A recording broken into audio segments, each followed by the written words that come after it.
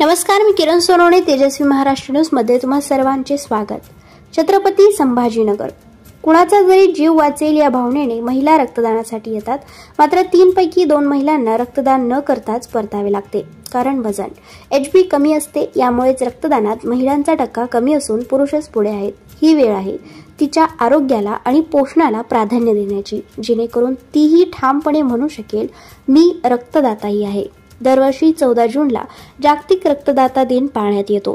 रक्त द्या, आशा द्या, एकत्रितपणे आपण जीव वाचवू शकतो, हे यंदाचे या दिनाचे घोषवाक्य आहे. स्वयंपाकघरात सगळ्यांसाठी पौष्टिक आहार बनवणारी ती स्वतःच्या थाळीकडे दुर्लक्ष करते. यामुळेच आजही महिलांमध्ये हिमोग्लोबिनची पातळी कमी आणि रक्तदानाचा सहभाग अत्यल्प आहे. यावेळी रफायल फाउंडेशनचे संस्थापक अध्यक्ष राजेश सक्सेना व त्यांच्या सर्व सभासदांनी प्रत्येकी 2 व्यक्ती घेऊन आणि त्यांचे सर्वत्र मित्रमंडळ यांनी आज रक्तदान शिबिरामध्ये सहभागी होऊन रक्तदान केले.